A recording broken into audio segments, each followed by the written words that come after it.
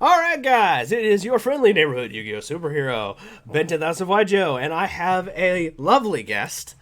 Uh, why don't you say, she says hi. This is Angel of Alchemy, uh, or, Hello. uh, or Mio is your real name? Yeah. Mio. Okay, cool. Do you mind if I call you that, or would you prefer me to call you Angel? Yeah, no. Okay, Go ahead, call me Mio. okay, that's cool.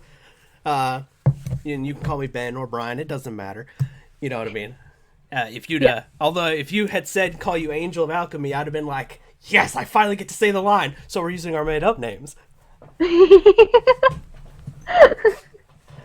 All right, so I always view being a Yugi tuber or a YouTuber in general is kind of like being a superhero in a way. We all have a secret identity, so to speak.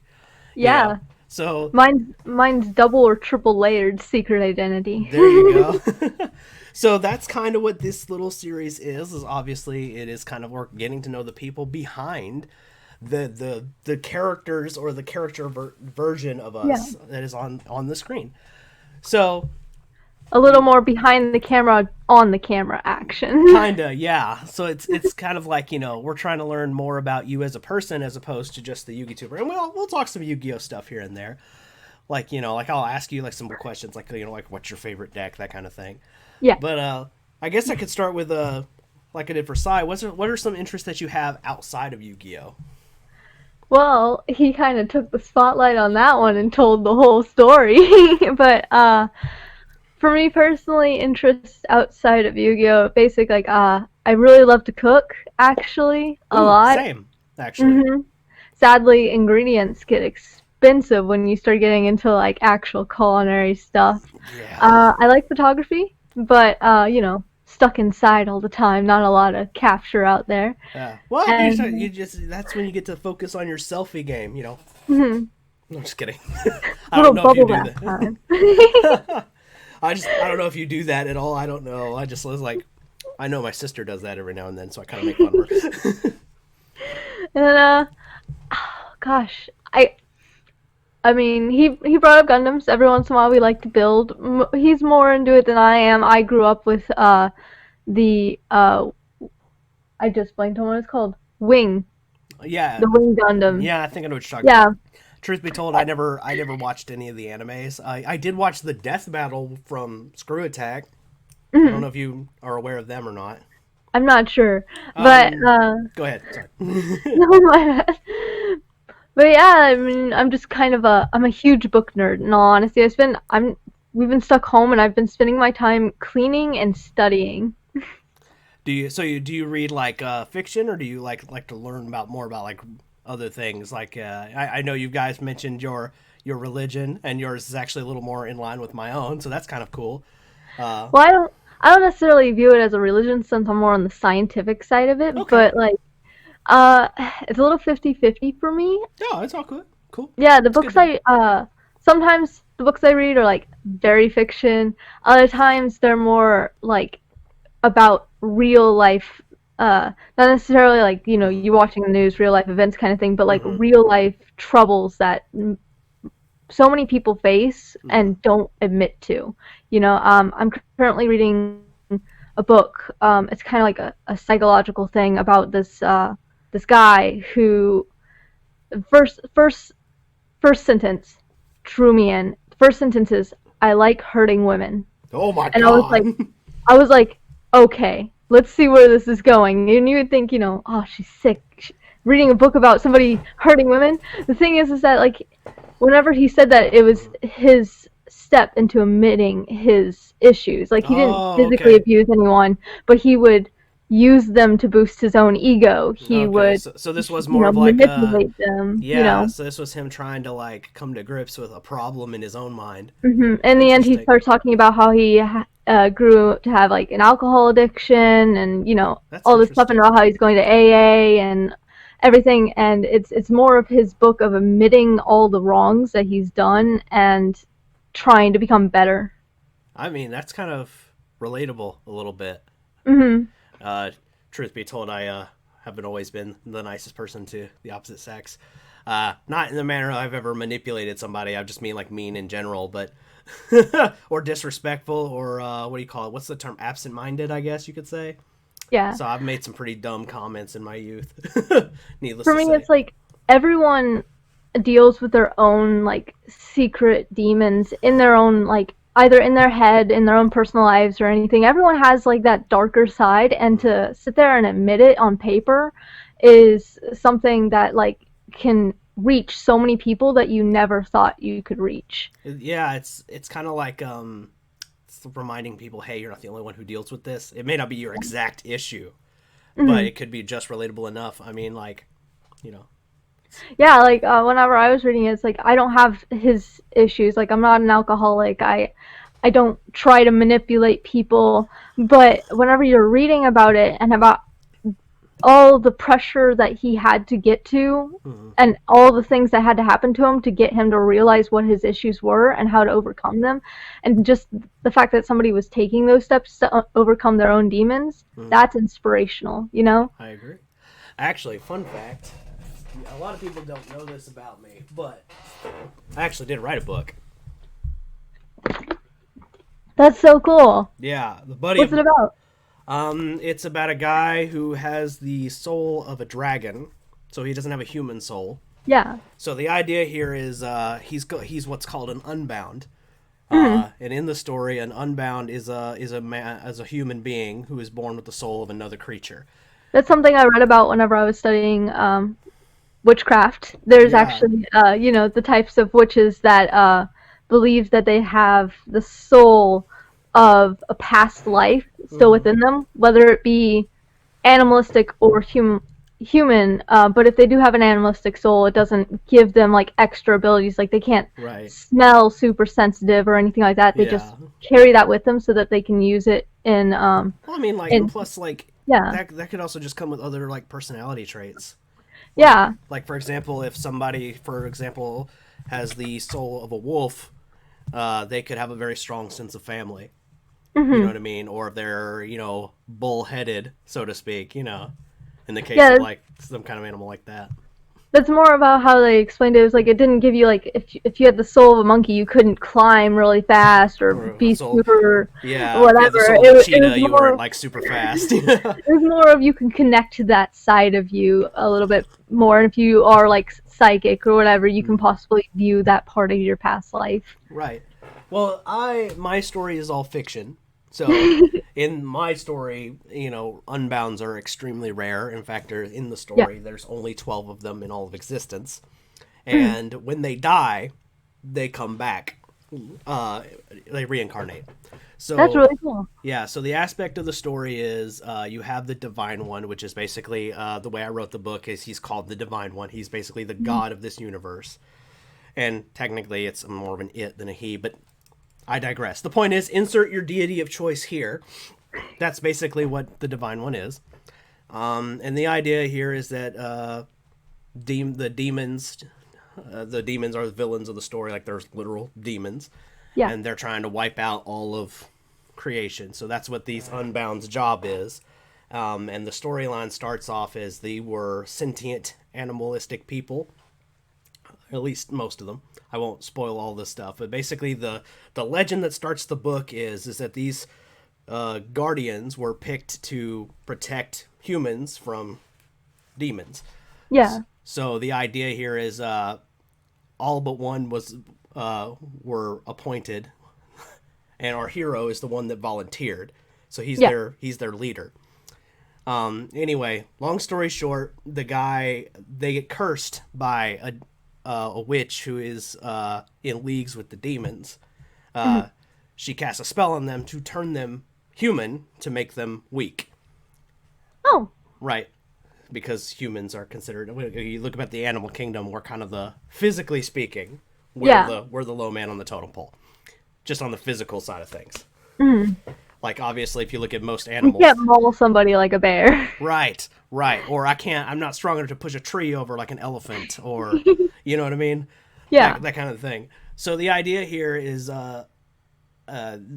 but being an unbound and one that serves the divine, Mhm. comes with its own little insurance policy. And the insurance policy was that the spell weakens over time. So every time they die, they come back in a new human body, and they get a little more of their power back. Oh, So the idea is like they're becoming more. They'll eventually sounds they like will a lot of suicide. kind of, especially when in their line of work. When you think about it, like they That's fair, fight. yeah. Yeah, they have this inherent urge to fight evil. Hmm. So they can't help it. They're so the idea in the storyline is that every legendary hero you ever read about, the Musketeers, Robin Hood, King Arthur, any legendary hero that you ever, Zorro, all of these guys who did things that seemed amazing or impossible, like Hercules, were all reincarnations of these 12 heroes.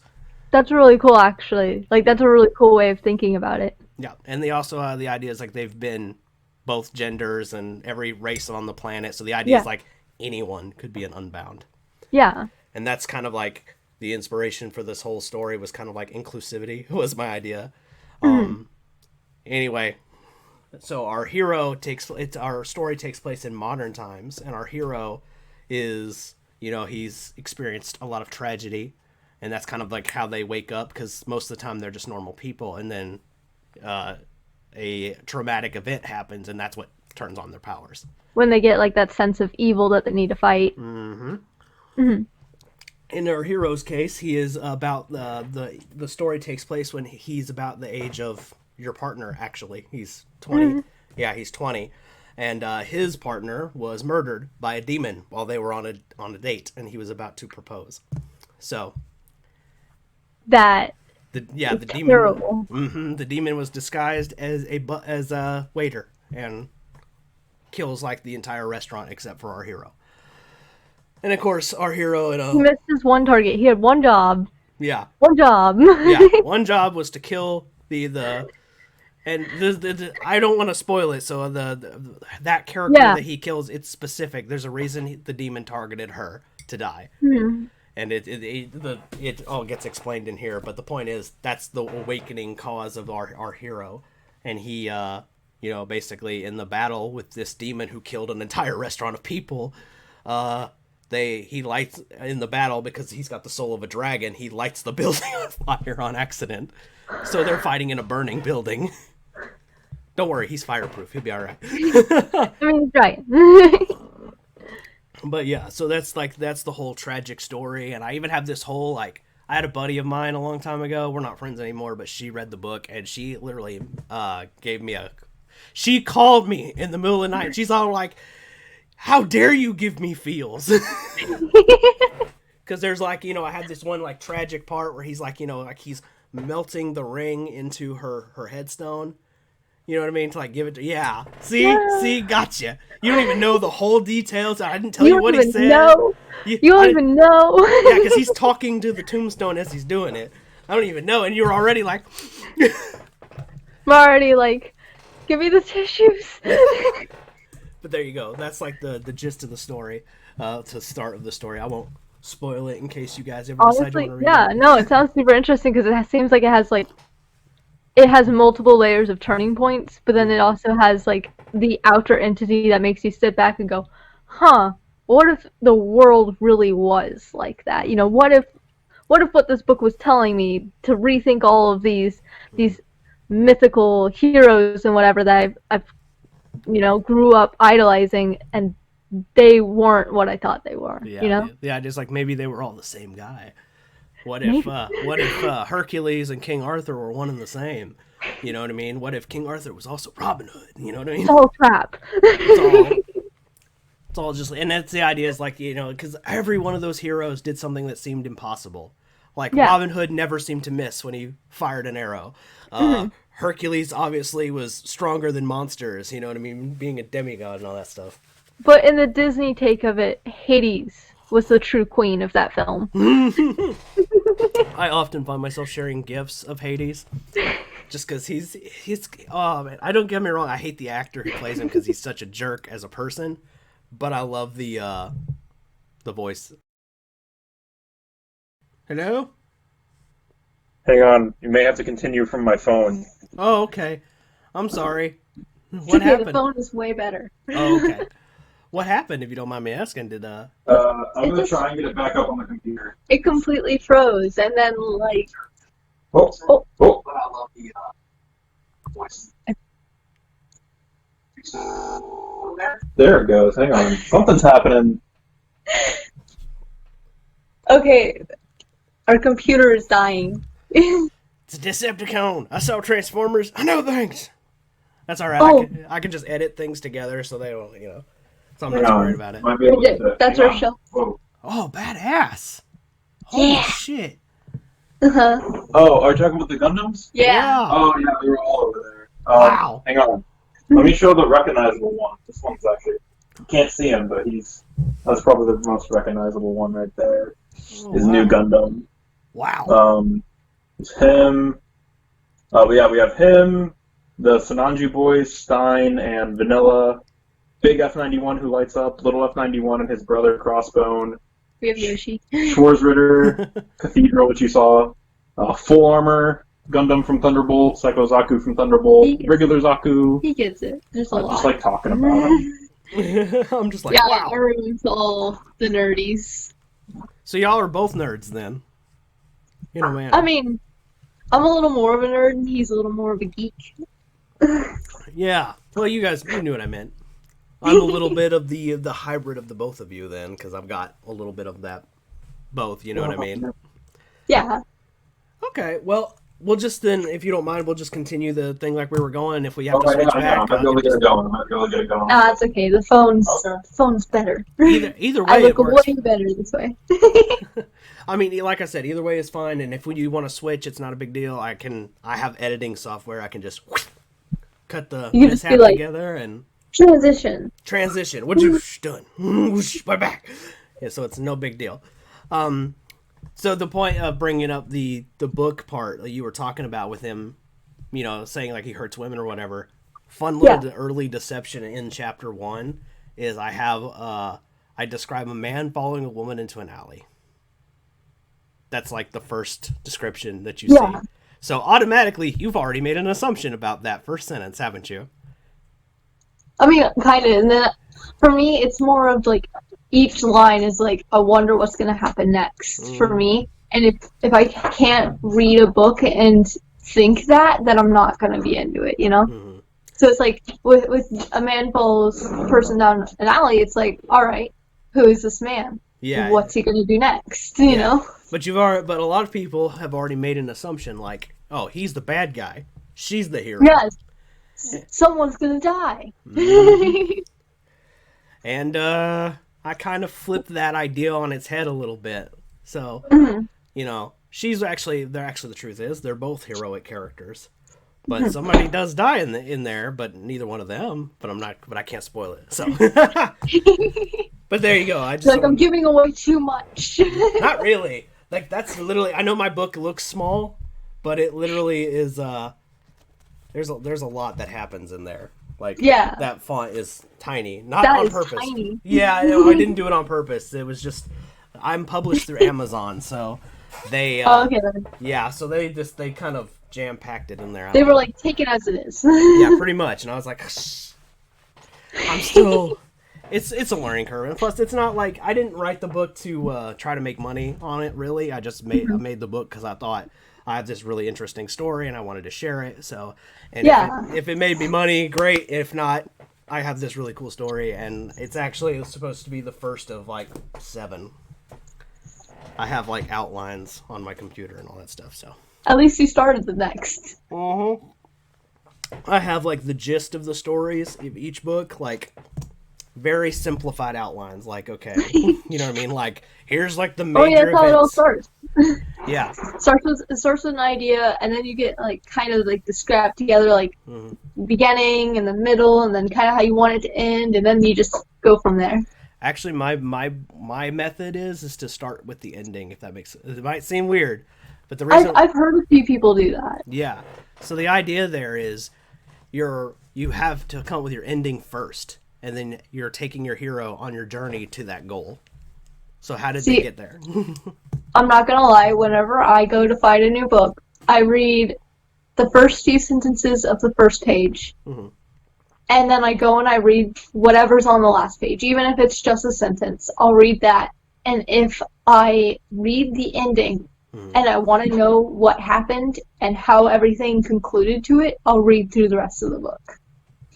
I try to be a little what is the word I'm looking for? I guess ominous. Like there's more to the story that this book just doesn't let you have, so to leave you hungry for the next one. So I've had a few friends who actually read the book, and like one of my friends, I swear, is like my biggest fan. Like she's always asking me, so how's the second one coming? I'm like, I'm like halfway through it, and that's it. I mean, like, of course, when you're dealing with this particular kind of, I don't know, because there's so many factions in the story too. Like, you don't just have demons, like, and our Unbounds. You have, like, I can tell you the factions, because without the story, you don't really know who's the villain and who's a hero. But you have, like, the Vampire Kingdom, you have the Werewolf Pack, you have the Vatican. Yeah, the church plays a role here. They make vampire hunters, essentially. And then, of course, you have the Nephilims, the children of the angels, so to speak. The angels aren't really in this one. And then, of course, we also don't really... We'll have the witch covens. Which you won't meet too much about the witch coven in this book, because you only meet, like, one witch in the entire story. And then you'll meet like several key players throughout this thing. So there's tons of like, our heroes have a lot to go through. I'll put it this way: if you ever watch Supernatural at all? I watched a few episodes, but like I haven't gone through the whole thing. Okay. Like I kind of know like what happens, you know. Yeah. Okay. So do you know that the God plays a role in their story? Okay. I feel like if I met my characters, like if I got somehow transported in my book and met my characters, they would hurt me. Because they'd be like, you did this to me! You had the ink! And I'd be like, in my world, you're just paper, man. Do you ever see the one meme of Lord Farquaad? And it's like when an author's writing a book and it's like, some of you may live, die. Yeah. Some of you may die. That's a sacrifice I am willing to make. Yeah. Oh man. So funny enough, that thing's been popping up more because of the pandemic situation. Yeah. Yeah, I keep seeing like political stuff where like people will say like, the economy be like, some of you may die, or Republicans be like, and then they showed that, and I'm like, damn, they just savaged those guys. Flex tape can't feel that. So like, you're done, man. Just read him his last rites. He's done. He's on his way out.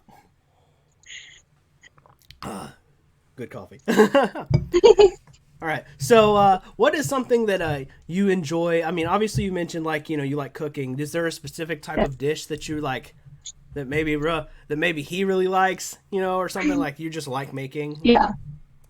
Okay. So when I was in culinary school, I did my first year of college during my senior year of high school. Oh, that's badass. And so what that meant for me was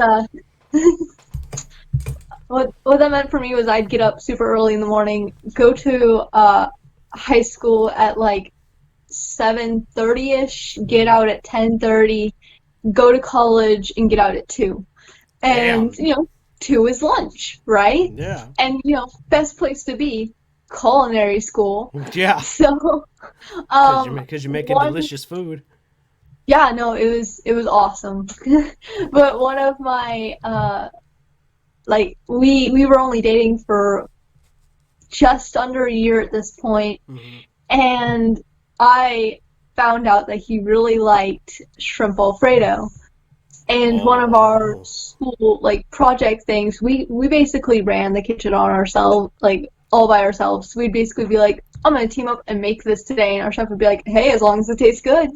So that's all that matters. So I put together this scrap, completely made at fresh ingredients all the way through Alfredo.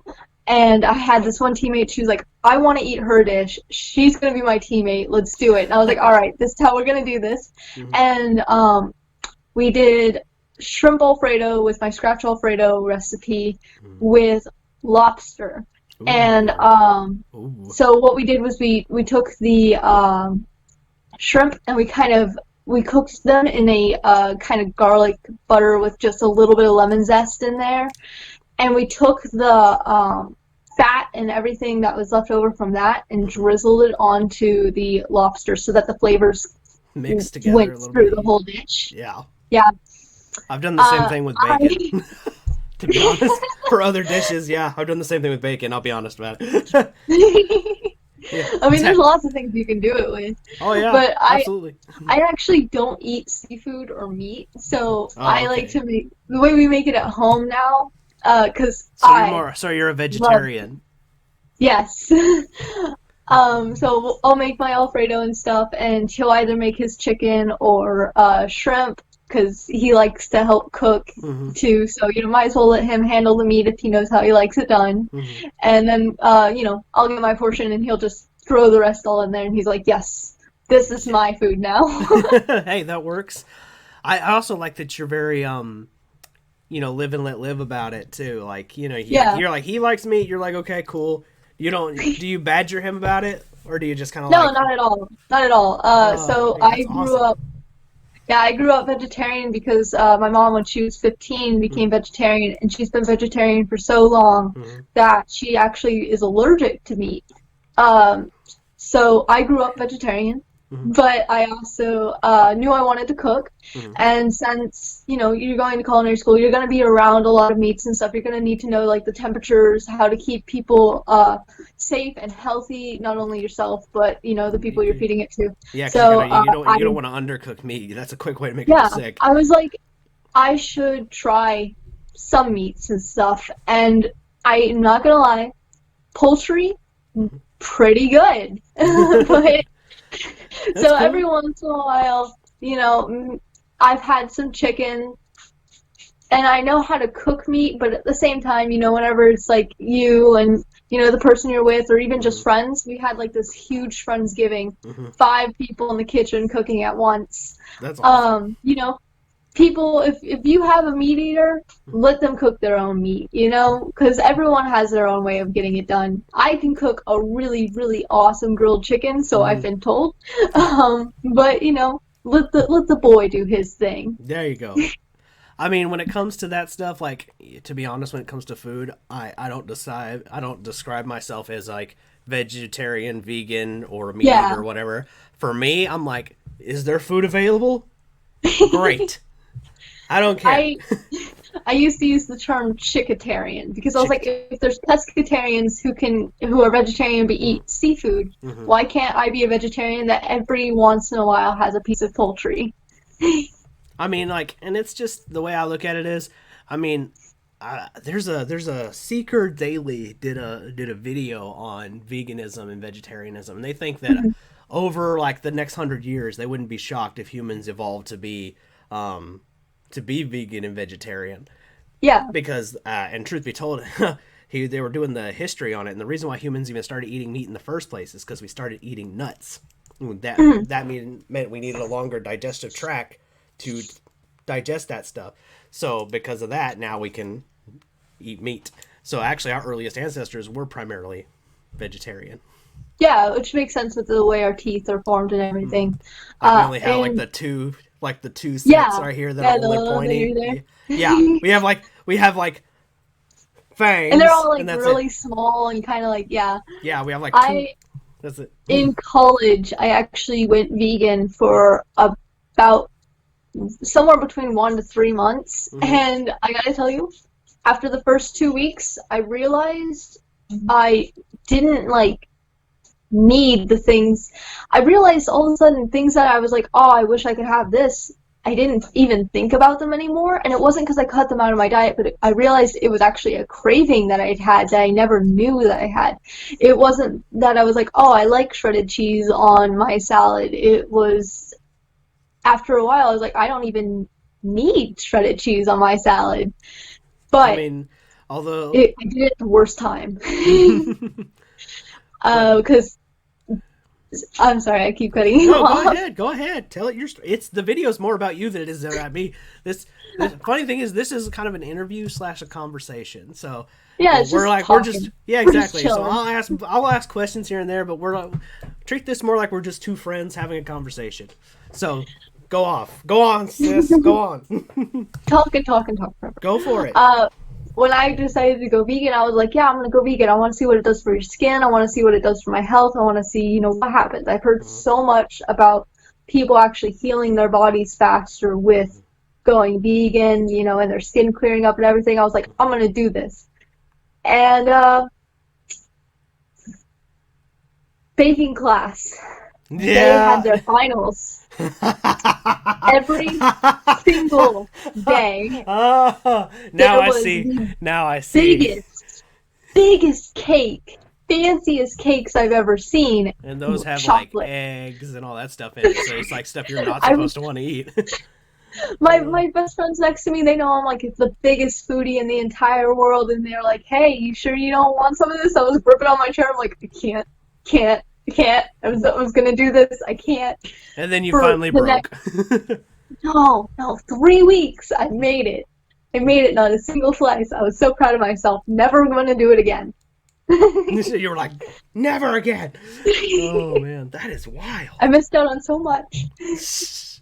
Yeah. I mean, the way, like I said, when it comes to food, the way I look at it is like I'll actually try just about anything once, at least once, just because like, I don't care. I mean, the truth is like the way the world is set up right now, I don't think it's conducive to be vegan or vegetarian, like strictly, just because. Like everybody's, everybody has a different financial situation. So you have to eat what you can afford. So Exactly, yeah. so Like, right. one of the reasons I didn't keep up with veganism is just because it is a little costly.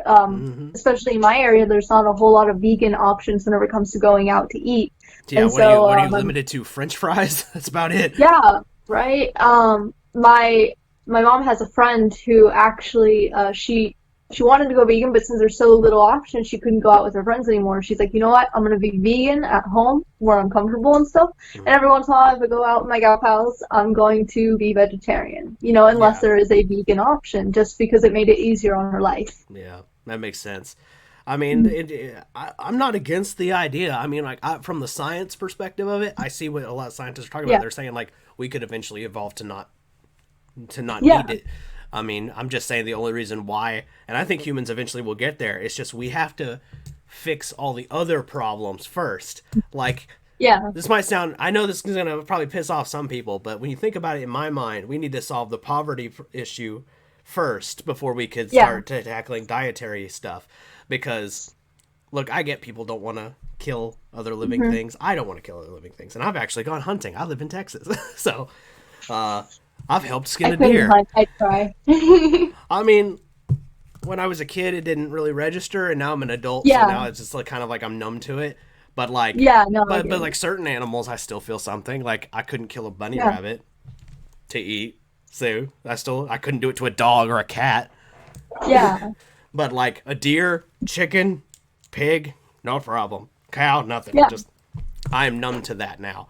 But from a science perspective, though, if we solve the poverty issue, where everybody now can afford to eat and eat whatever they want, that I could see humans actually evolving to being more vegetarian and vegan because. And the reason why I lean more towards being vegetarian first, maybe then vegan Yeah. later. And the reason that just because there's always a transitional period. You shouldn't, know Yeah. what I mean? Just as a species in general. There's definitely those people who are like hardcore, like meat eaters and stuff, hardly touch their veggies, and people are gonna be people. There's Each always individual is unique. They're allowed to have those opinions, those options. They're allowed to like what they like, love what they love. That's the whole thing about like equality, right? It's just accepting people, right? exactly. I think the one thing that would really push the scientific level of people evolving to eat more vegetarian or vegan diets is in the sense of something that I'm really into is fighting global warming. Since I was like a little kid, Yeah. I would you would have every day, every single year there was Earth Day, and we would make the biggest deal of it. And also, when I was getting older, I heard, the elementary schools stopped talking about it as much, and my schools didn't talk about it at all. And now all of a sudden, people are really pushing to try to do even just little things, such as putting a few ice cubes in their cup at home and turning on the faucet for some water instead of getting a bottle of water, Yeah. or boiling their own water and then putting it in the fridge for later.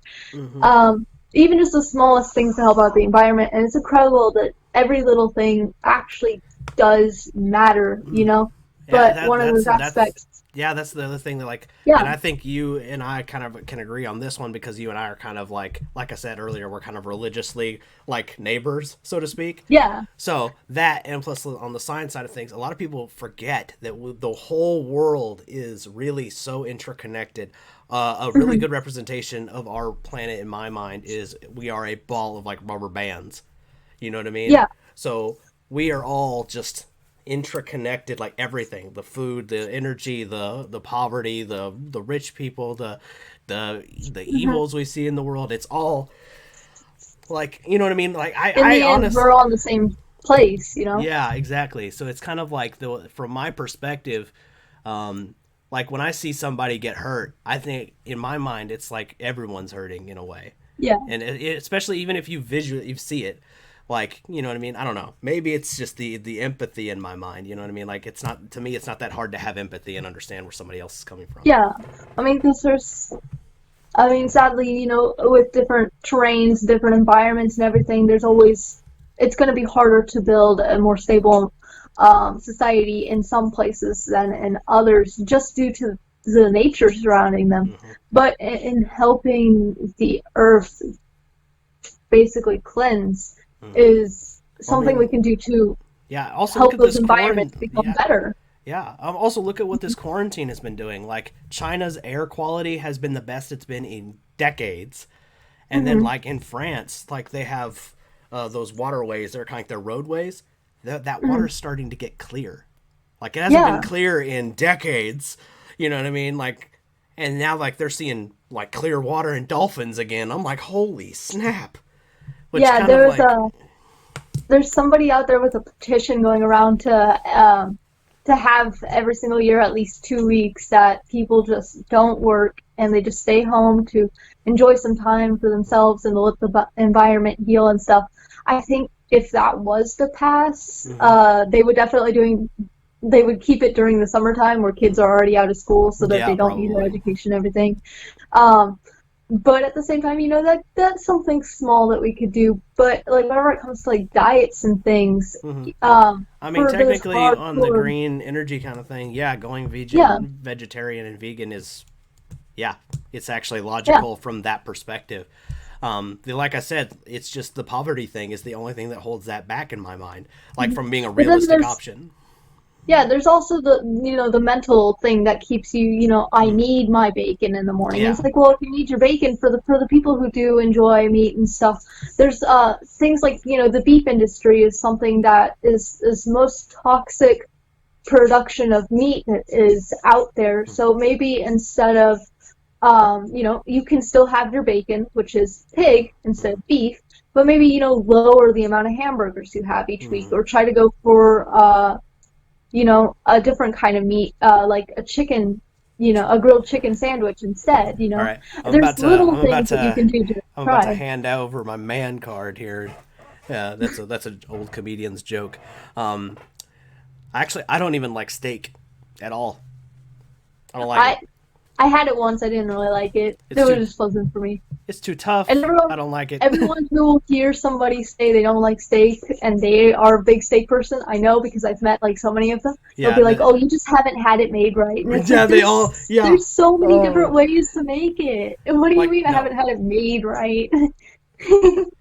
Yeah, there's so many ways to make it. You know what they do is they just I don't want to eat raw and bloody. Yeah, exactly. Like that's like the only options. You have your varying degrees of how you can cook it, and then you have your bit of seasoning, and that's it. Like, it's not, steak A is not much different than steak B. Yeah.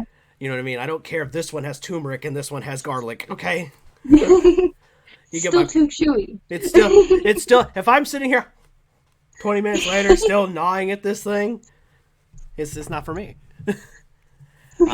Chicken, not a problem. Like seafood, not a problem. Ground beef, not a problem. Just beef in general is like, that's the only meat that I have issues with.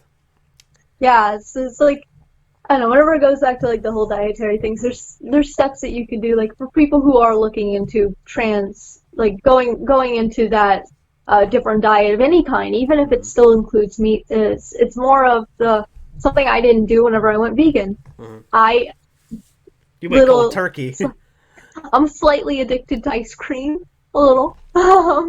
For people who know me, they know how much ice cream I like to go through. But that's Coffee something is that my you could. vice, but you gotta have some people like Yeah.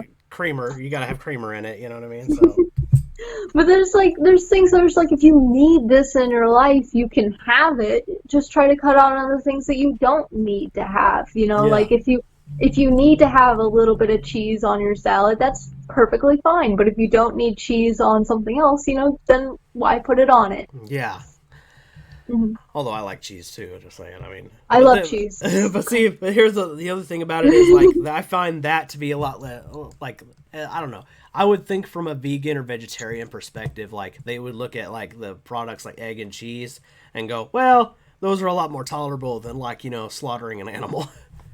Yeah, Because yeah, like for sure. because like The with an egg, it's never fertilized, so it's the equivalent of a period. Yeah, exactly. That's what I thought of it as. Yeah, that's There's literally what it is. That's the what an only egg thing that is. like with milk, they're the thing is that with milk they're like, oh well, don't take it from a calf that might have needed it or something. Yeah. And there are ways to get milk where it doesn't risk the life there's of a baby. Yeah, there's just we humans know that there are better ways for us to do things. Like we have the technology to do green energy for a lot of things. We just Yeah. don't because like we're in the United States, right? So our government has already valued, like they put so much money into the oil industry that they're trying to get a return on investment when in a time Yeah. when it's just not worth chasing anymore. And that's the issue that like our generation is fighting against because we're both millennials. I'm obviously an older millennial, but you get the point. Yeah. We're both millennials and we're both trying to, we're going to be the ones who have to transition the system because let's face it, our grandparents and parents are just not going to do it. Yeah. But yeah, And- anyway, sorry to go off dark on you. We went from like Yu-Gi-Oh to talking about real world problems. It's all about the real world problems. Oh man. See, so something you mentioned in the beginning of the video is that, before you even press play on the recording, is that this whole conversation is to see people, without the whole mask of YouTube on. Yeah. And the interesting thing about that is a big thing that I talk about a lot on my channel is how a lot of our content watchers actually don't want to see the whole like, hey guys, it's your boy, whatever, coming at Yeah. you again with another stick death profile. They want to see the, hey, okay, so I worked really hard on this. I actually took me 2 months to build this just because this one card was really hard to get a hold of. But shout out to my friend, they gave this to me just, to borrow it for this. That's put how some I got real. that's how Yeah, I got any situation. expensive card I got. Like honestly, with my dinosaur deck, even like I bought. I'm a budget player, but I do have some really powerful cards in here that weren't cheap at one point. Like, Yeah. Like so, for example, let me dig it out here. Double Evolution Pill wasn't very cheap for a long time. It was like almost a Yeah. $10 card by itself. I think at one point it was $10. And I'll put it to you on to be honest with you, most of my orders online are less than way less than that. Like we're like talking less than like $6 because I'm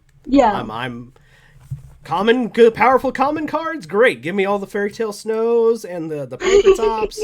Give me all those annoying Them cards. common ashes, yes. Yeah, common Ash Blossom. Yep, give them all. Kaiju's. Yeah, no. Yep. The thing is that so many people out there are budget players, and so I really try to connect on that level, especially because I myself am a budget player, in and out of the ability to have enough money to even buy groceries. Mm-hmm. Playing a game at a level where you can still be competitive and yet still have enough to save up for whatever you need to, or feed yourself is important. And I like to try to connect that on my channel. Is just I like to take off the whole mask of it's Angel of Alchemy coming at you again with blah blah blah blah, and more of, hey guys, sorry I've been gone for a while, here's the sitch, Yeah. and You that try to add open that honesty. personal level to it. Yeah, I feel like that's really important, especially now with everything going on. I mean, I think that It's good to open remind people that honesty is we're just people too. right You there. know what I mean? Yeah, Yeah, I want people to look at me and be like, all right, if I'm going to judge her, this is why, and it's going to be like, okay, cool. Well, At least you know that I'm not fake, Yeah. Also, like, people. I think sometimes people forget that we Yugi tubers are real people. Like, I know that I made that mistake too as a watcher. Like, okay, so the first time I met Slim, I was like, oh my god, that's Slim. Oh my god. You know what I mean? And the dude's like my age. You know what I mean? He's just a guy. Yeah. And now he's like one of the guys he helps me out on my channel all the time. Yeah, that was me with Yugi No. I once asked him if I could take a picture of his mat, and he's like, "Yeah, go for it." And then he's like, "Sometimes I honestly forget who I am," and I was like, "No, I get it, because in the end, like, I don't go on my channel and talk about certain aspects of my life, not because I want to hide them, but because it is a Yu-Gi-Oh channel, and that's what we get locked into is that we focus on the Yu-Gi-Oh part of it, but to keep the human aspect of it is something that I try to do in my content because I don't want people to feel disconnected to me. Right. Also, another thing with Yu-Gi-Oh content that a lot of people in the comment section seem to, like you said, they forget that they're people. They'll be like, I can't believe you forgot this effect or whatever. And the thing is that we're human. Yeah. It's like, I'm just a... And actually, truth be told, since I've become a Yugi tuber, I've actually now gotten to see the flip side of that coin. You know what I mean? Because I've always been the guy who's like, oh my god, that's so-and-so. Right? And then since I started doing it, like, actually, I remember it was the first, like, Yu-Gi-Oh event I went to where I got recognized. Which was like, they were like, you're the Ben 10 guy! I was like, yeah, I am. Hi! You know what I mean? I was kind of like... I remember I did a video where I mentioned, I was like, guys, I gotta be honest with you. If you ever recognize me at an event, you come up and say hi. But if I don't really talk to you, that's just because I am extremely shy. So shy. It's like, I don't want you guys to think that I'm just a huge dick and I'm not gonna say hi to you because, I don't care about you. It's more of like, oh my god, who are you? Why are you talking to me? Be the huge dick. But horrible joke, I know. I know. I had to. Somebody, I'm just one of those. I gotta throw a joke every now and then. Yeah. But speaking of that, do you find that as a female in the Yu-Gi-Oh realm, do you get like a lot of, I don't know how to. I'm just gonna say shit. So, for example, like, do you get like, I don't know, like.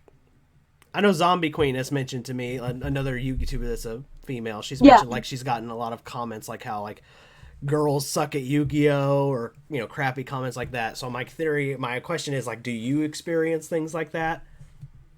So there is the whole meme of fake cute girls don't play Yu-Gi-Oh whatever that I see a lot on the skits that I do with Yu-Gi-Oh No, and somebody actually had enough of the balls to actually drop it on my channel whenever I did the we play Yu-Gi-Oh blindfolded video where I actually had to memorize every part of my deck to even come up with a combo and properly play it. We didn't screen this at all. Like, we didn't have a script for it or anything. I just first turn sat there and went, I don't remember what my cards do. And then but everybody would do that though. Like, everybody would do that. I was like, this is the link, this is the link, this is Mistworm, this is this card, and I was like going through it with this blindfold on, and they were like, fake, girls don't know how to play Yu-Gi-Oh, and I commented underneath it, this little laughing emoji. I was like, well, with the blindfolded video, I obviously had to know what some of my cards do. I had to memorize them.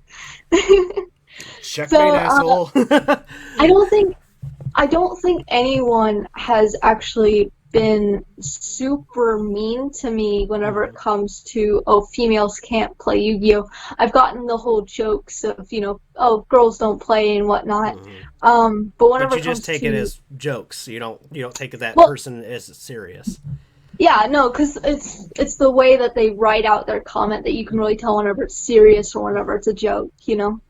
I just kind of wondered because I know that like Zombie Queen is and her and I are very close friends. We're buddies on Facebook. In fact, I'm going to be friend requesting both of you and Sai after this, so we can be Facebook friends officially.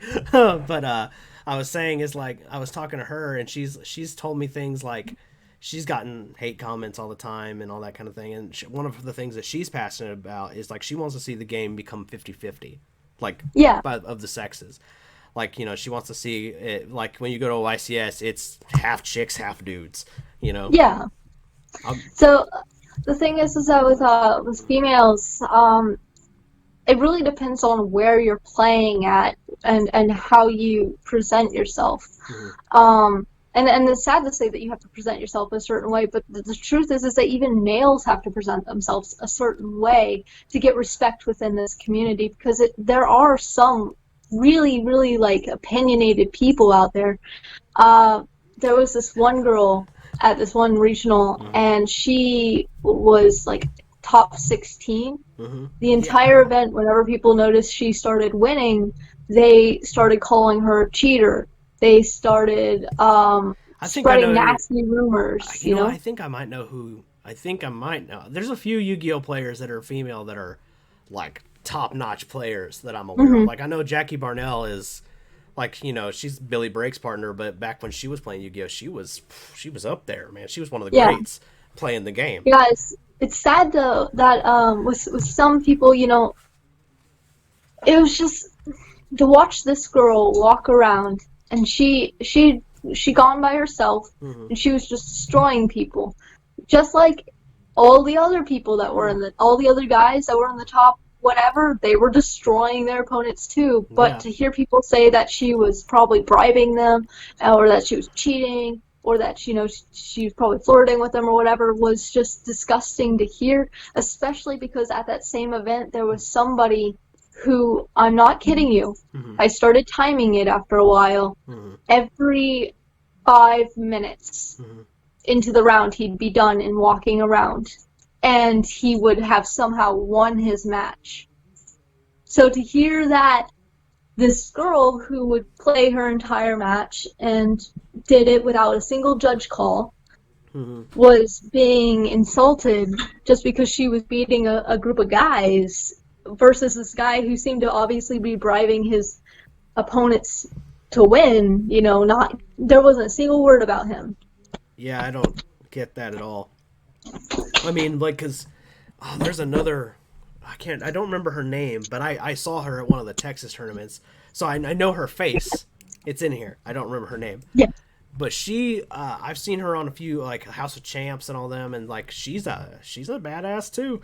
So Yu-Gi-Oh, I don't think that it's necessarily, what I think makes a good, quote-unquote, Yu-Gi-Oh player. I think that you have to have the budget to afford what's going to make, even, like, if you're playing an older deck, you still have to put newer stuff in it to make it keep up, right? Yeah. You have to know what's the best decks, and you just have to do the study, and I think that what's between your legs is rather irrelevant. Yeah, no, I completely agree. The interesting thing about budget players, though, is that it's incredible what even the oldest of decks can do, and it really comes with that surprise factor of, people don't expect you to be running Mirror Forces or Storming or Regeki or, even Solemns nowadays. People don't expect it. And so, like that's a sometimes if you bring a deck that's old enough but can keep up with the whole summoning some big thing on the board or whatever, if it can keep up with the speed of today, people don't know what your cards do anymore. At that point, you can really just steal the win out from underneath them. That's what I'm waiting for. They're just waiting. Just waiting.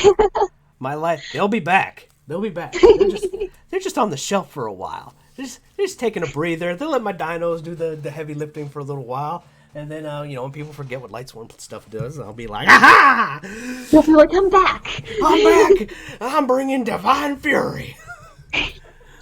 But yeah, I don't know. It's just, I always feel like I'm obligated to ask female YouTubers and Yu-Gi-Oh players these kinds of questions because, like, because we men are kind of idiots. Let's just be honest. We are. And well, to be fair, even some girls bleep just. Well, I mean, stupid doesn't really have a sex. Let's just be honest. But that's true. Stupid comes in all the shapes and sizes. But the point that I'm getting at is like, and because Yu-Gi-Oh seems to me from an outsider looking in, it's like 9 against 1 for when it comes to the Yu-Gi-Oh player population.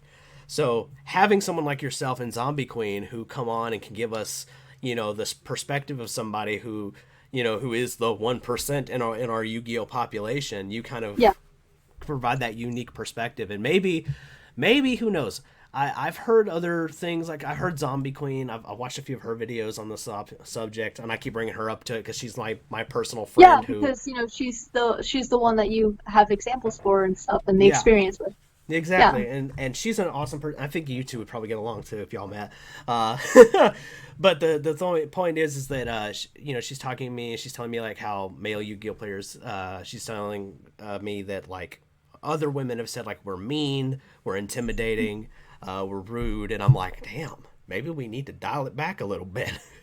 Yes, for me, I think the very first video I ever did was my personal experience in the Yu-Gi-Oh community, Mio's personal story, something like that. Mm-hmm. And it's on Invoke One's channel where I actually advocated for both men and women's sides of this, because the truth is that I feel like there is a women actually. I went through and I watched people's stories whenever I was trying to get more into the game because I wanted to know what to expect. Whenever I stepped into the community, I realized all these women's stories were actually extremely toxic and one-sided.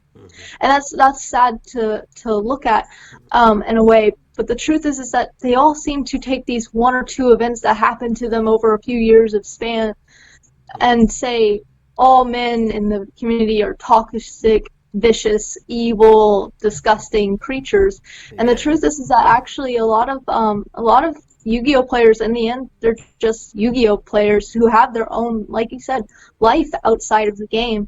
A lot of people are respectful of the fact that I am female and I like the game, and we get along as friends. And although I have had, some weird experiences. That sounds like some story time. Of course, there's always story time. I haven't had anyone be mean to me in the sense of, oh, she's a girl that plays Yu-Gi-Oh. It's been more of, you're a woman. That's it. Wait a minute. You're a girl. Oh, okay. So not that you're in the Yu-Gi-Oh space, just that in general, like you're. Yeah. I'm like. To that person, just this is my reaction. Really? Bro, bro, you realize it's 2020, not 1820, right? Yeah.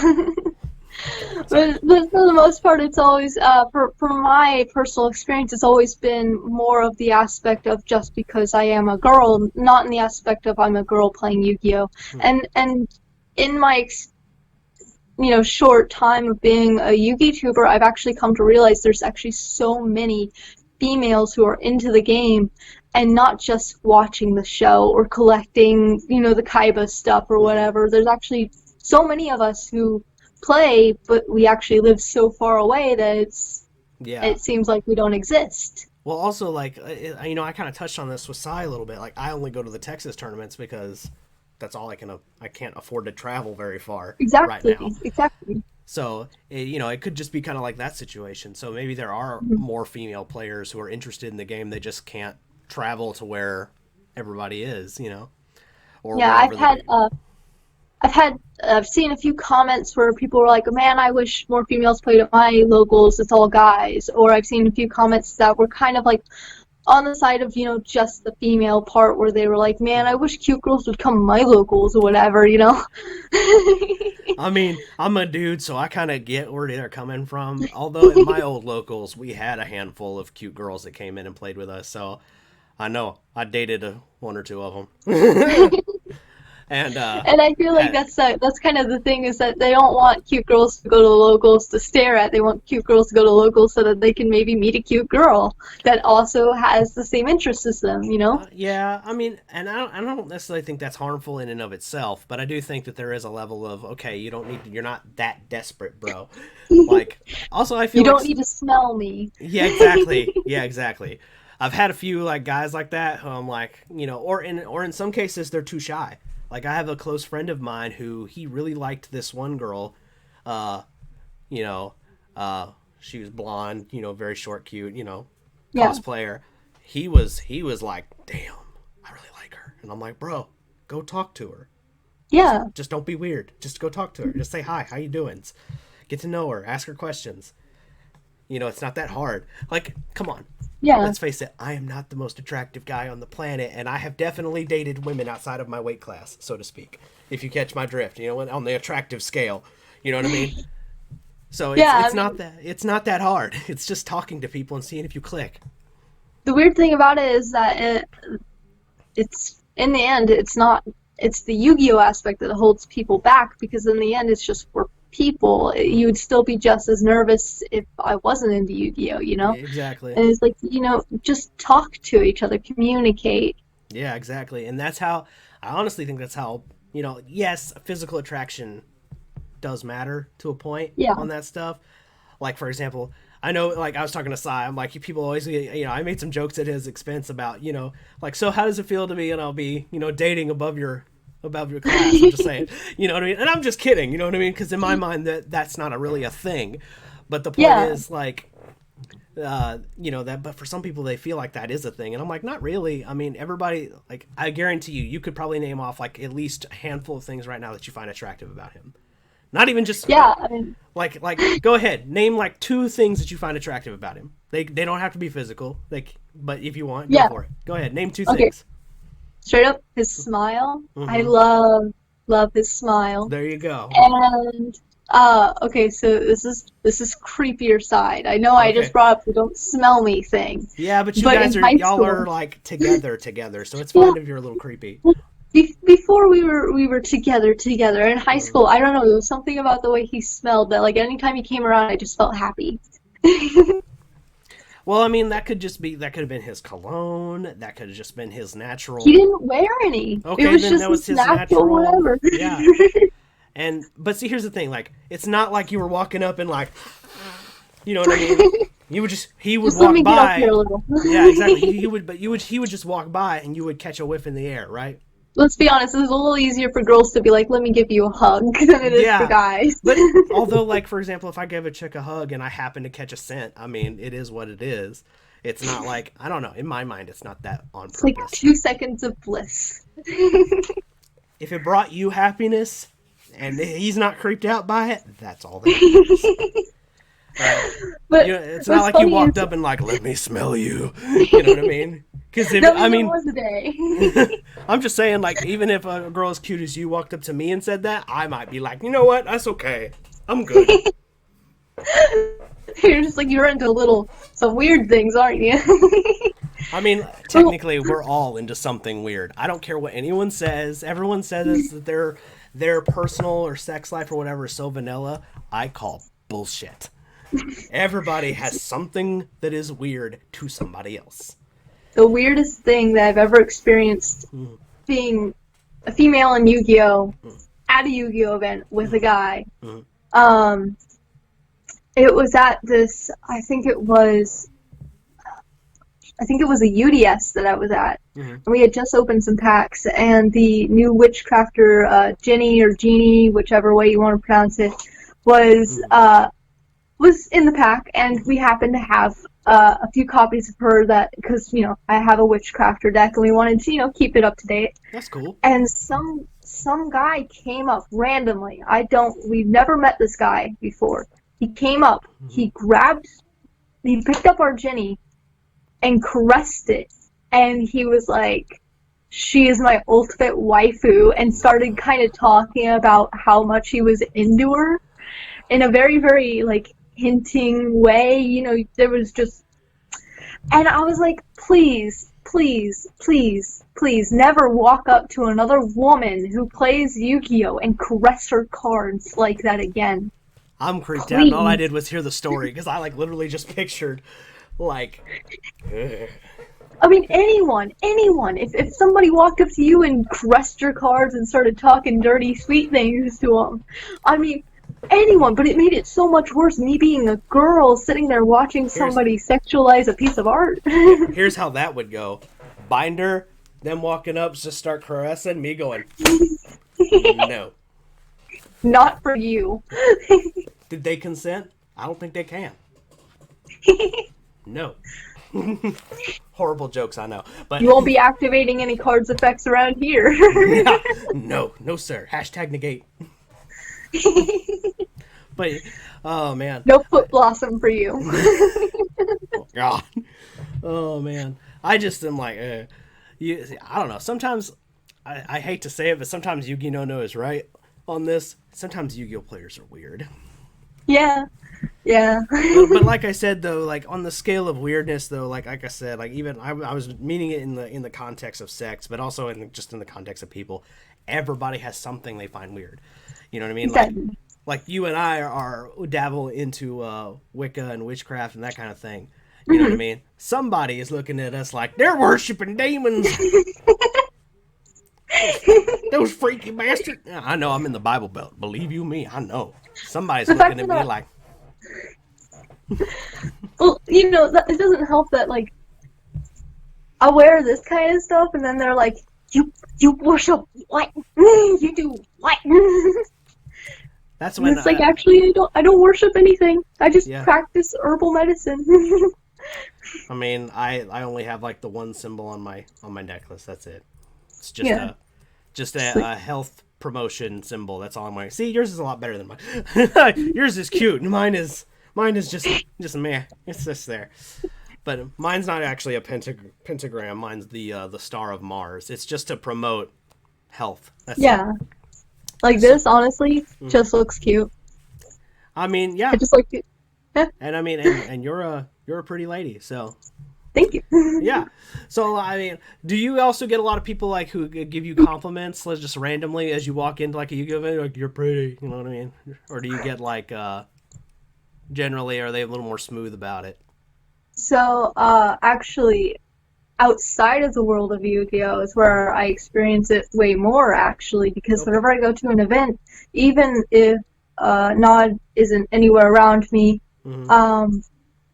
people are very humble, and a lot of them actually, you know, I've gone off and I've talked to a lot of Yu-Gi-Oh! Players out there, and all of them are really respectful of, you know, just me and my own personal space and my own personal being. And, you know, he kind of touched up on this during your interview. I've only actually ever experienced one time where, you know, every once in a while I'll see people that just kind of look at me, you know. Like they're staring at you like... Well, you know, they kind of look over at me, and every once in a while I'll keep noticing that they keep making eye contact, or they keep looking over at me, you know, and that's okay. I don't mind that at all. Even if they were, like, judging me or making fun of me or thinking things. I was thinking it was something more positive. You're like, yeah, it's right. It's because I'm smoking. Or something like that. Yeah. Exactly. I mean, don't get me wrong. I'm all for confidence. And actually, truth be told, I know I make jokes aside, but the truth is he's not a bad-looking guy. He's really not. Like, to be honest, all right. He's not a bad-looking guy. In fact, I'm envious mostly of his hair. I'm not even kidding. No. I wish I had one of my favorite features. I'll put it to you this way. All right, I'm going to do a little reveal here. All right, guys? Ooh, so don't make fun of me too much. Yeah, because I don't have any. So... Yeah, see, I'm losing it. So, I mean, honestly, you have more hair than I expected you to. Whenever you said I don't have any, I was like, oh, he's bald. I'm ready. No, I'm not all bald already, but I am losing it. So, like, you can kind of see. Honestly, on camera, I can't even really tell. Yeah, that's okay. It's probably the crappy camera. No high definition here. But Well, I mean, that's not a high definition thing, but yeah, I am losing my hair, but I'm 30 years old. You know what I mean? I'm 30 Yeah. in 4 days. So, and Happy early birthday. yeah, and statistically speaking, 2 out of 3 men go bald. By the time they reach their 30, 35 years. So, I mean, but I am just saying, to bring back to the point, your partner actually has great hair, and I wish I had his hair. Like I like his hair a lot. I wish I could wear that style too. I'm not even kidding. But I think there was honestly ever only one event where I noticed somebody was looking at me, and the thing is that he was actually sitting off next to me because I wasn't playing at the event. We were dirt poor at the time, so I was like, you know what, you're the competitive player, you play. Yeah, so, and you were just like there to be supportive and enjoy the other aspects. Right? I would shuffle his deck whenever he started bricking whatever. I'd give it some little luck, shuffle it, do my thing, right, and then all of a sudden he started winning again. You're welcome. Put a little bit of that good juju in there, right? Right? There was this one guy who he was sitting kind of off to the side, where I was sitting, and then each round he seemed to sit a little closer. Mm-hmm. And then after a while, I started traveling because this was, it was getting later. It was like round 5. I started walking around, standing up. I was tired of sitting on the floor, and he kind of just walks up to me, says hi. I was like, hey. And so we started talking about the most random subjects, and every single time round started, we started on like a completely different subject and started talking. And after a while, he realized I had a boyfriend, and he started talking to him. We started talking about him and things like that, and he had just lost a match. He comes up to me. He's all like, a little steamed about it. And he gets up and he's like, hey, I want to duel you. Yes! Is this the guy Sai was talking about? Oh my god, yeah. No. He's like, I want to duel you. So, No. Oh my god. So they sit down. Oh, no. They sit down, and he's already upset because he had just lost his match, but he's like, fine. So they started. The story already melted my brain once. I'm just sitting there like. Well, you didn't even get to hear all the story. Okay, go ahead. Which is fun. You missed out on the best details. Okay. But the entire time they're dueling, he keeps looking up at me and smiling, and Nod starts to notice and stuff, and he keeps looking at me like, what's this guy doing? Mm-hmm. Anyways, the duel ends, and the guy's like, good game. He's like, yeah, sure. And he just goes off, to steam off to his guys. Mm-hmm. And he's like, he seemed a little tense. I was like, yeah, he just lost a match, so, he's a little upset about it. That's, I was trying to, like, he didn't mean to, like, be mean to you or anything, just trying to be polite and stuff. And then he's like, well, you're really pretty, by the way. I haven't said that yet. And I was like, oh, thank you. And she's like, I gotta be honest, I really like you. And, and he just kept talking about it and stuff, and I was like, that's nice.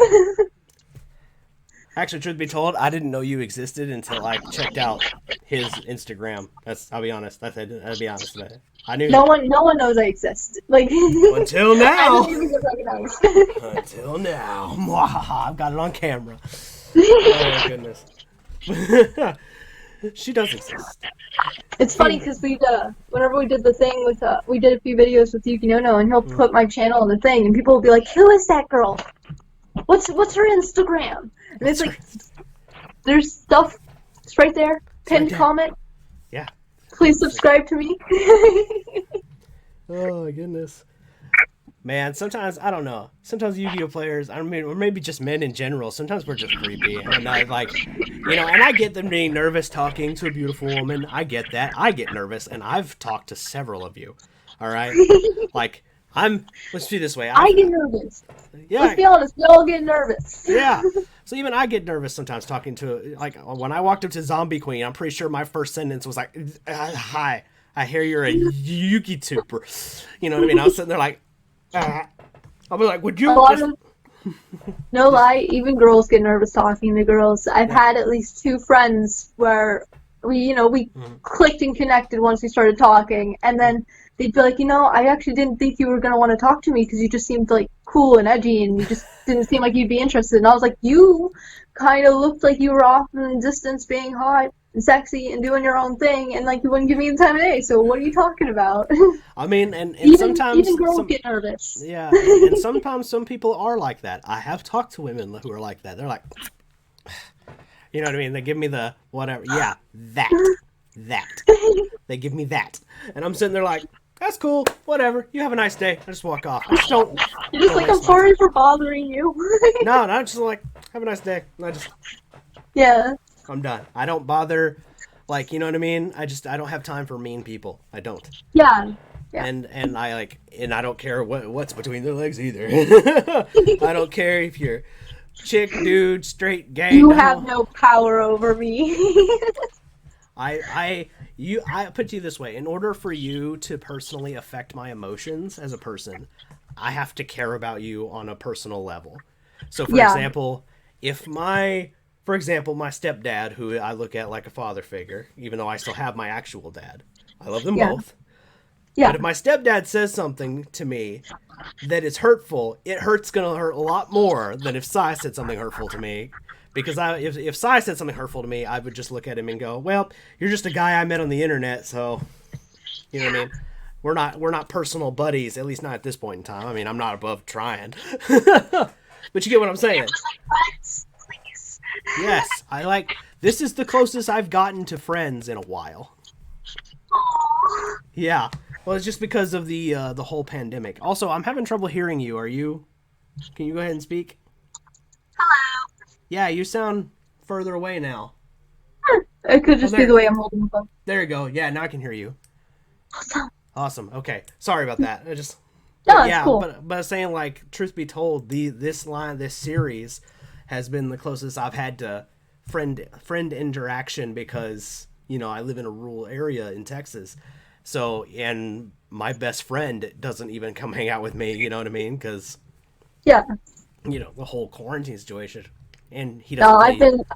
I've been stuck home for over a month. I'm about to go kidnap all my friends and take them camping and be like, I know you've all been quarantined, and I know you're healthy. We're gonna hang out. Yeah, and I mean, there's just certain things I think are okay. Like, you know, I don't know, if going for a walk or going for a drive in the car, I think are fine, especially if you're not like stopping anywhere. Mm-hmm. But like, you know, it's just I wouldn't go to a party with a bunch of people. You know what I mean? Yeah. But and my best friend personally is just reckless, which is the reason why I'm not hanging out with him right now, because he's not taking this situation at all seriously. So I'm like, you bro, and I know a few other people who are like that who aren't taking it serious, and I'm just kind of like, well, glad I don't live in your neck of the woods. So, for me, it's more of like a half serious, half like, you know, I'm not trapping myself inside for all eternity. If I want to go take a walk around my house, I can do that. Yeah, absolutely. Or like, you know, if I need groceries, I can go to the grocery store. Right. And, you know, it's as long as you're taking the precautions, you know. Wearing the mask, you're wearing the gloves, you're not touching your face. Yeah, all that stuff. Like as I touch my face. Well, I mean, I'm pretty sure that you probably have washed your hands before you were doing this at some point. So I'm not worried about it. Also, like you mentioned you went to the bathroom. I'm sure you washed your hands. Because you're a lady, and you ladies do that. You're not like us disgusting apes of men over here who are like... Funny story. Our locals actually had a moment where the owner of the store came out, and she's like, hey, Yu-Gi-Oh players, how many of you guys know we have a soap dispenser in the bathroom? We all raised our hands, and she's like, good. We had a Magic the Gathering player ask me how long we've had soap. And he's been here the entire time we've been open. So wait, they've never had to like restock the soap? Is that what they're saying? That's disgusting. Ew. They've been open for like a year and they haven't restocked their soap. Because the Magic the Gathering players apparently didn't know they had soap, even though it's right on the wall next to the sink. Well, I mean, okay, in the defense of the players, a lot of us also, even before the pandemic, carried like Purell on us, like those little bottles and stuff. Yeah. A lot of us did do that too, and not all locals did carry soap. Like, I remember my old locals, they ran out of stuff quick. And I mean a lot of times. Like, we're talking, sometimes they had to do runs during the week to go get extra TP. We're talking soap, all of that stuff. So I don't know why they always ran out so fast, but but I did know that a lot of us started carrying around our own little like Purell bottles just because sometimes you ran out of soap, and that might also have been the manager's issue that makes there. sense. So I don't know if that was just the manager not doing his thing or us using it too fast. I don't know. I'm not gonna judge. I just know for a while there, a lot of us started carrying our own stuff just to be on the safe side. Yeah. So- We'll hope that's what it was. That's what I'm gonna aim for. I'm gonna try to see the best in everyone, and I feel like that's also a bit of a challenge, especially in this particular, sometimes in this particular genre of geekdom, per se, because sometimes Yu-Gi-Oh players are pretty mean. Yeah. Yeah. I'm a member in the Zodiac Duelist Facebook group, Hmm. but I rarely post there. And the reason why is because a lot of people are pretty mean to me on there, and I'm like, shoot. One of the things that I try to get through with my channel outside of just being myself is the fact that there really needs, like, I try to uplift the community with my channel, which is weird to say with such a small channel as mine, although, it is How many bigger s- than some of. How many subs do you have? You don't mind me asking. It's Ballpark. almost at 2 it's nearing 2.3K. So, it's not the tiniest channel in the world, but I it's just hit still 750, so I'm like, Well, congratulations. Every step is a milestone. I mean, literally, like every time I get 100 subs, like when I hit the 100 extra sub mark, I do a live stream, and I just do like Q&As, like You're just this. like, Only that's kind of like that's my thank you to them, kind of. I know it seems Yeah. silly, but it's like, hey, I'm gonna do a live stream. You guys can pretty much ask me whatever you want, and I've answered some crazy questions. Like I literally had somebody Yeah. one time ask me what color underwear I was wearing.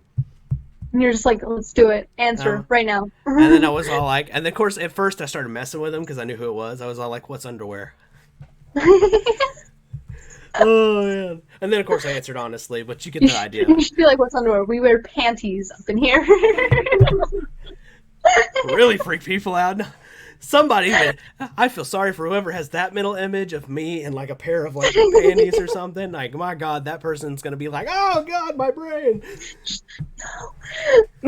Yeah, nobody wants to see this naked. All right, as a partner, the only thing I bring to the table is I'm funny. That's it. Like that's what I bring to the table. I can make people laugh. I've been doing it to you and Sai this whole time, so. Which is honestly one of the best qualities in people is, humor, If you get somebody who can't make you laugh, it's so sad. Yeah, life is too short to be miserable all the time. But you were talking Yeah. about trying to uplift the Oh, Yu-Gi-Oh yeah. community. So, I was going to add to that is like I try to do the same thing, and that's why my gimmick, as Sai called it, is a superhero. So Yeah. the point is to add an element of humor and also kind of add an element of principle to it. So yeah.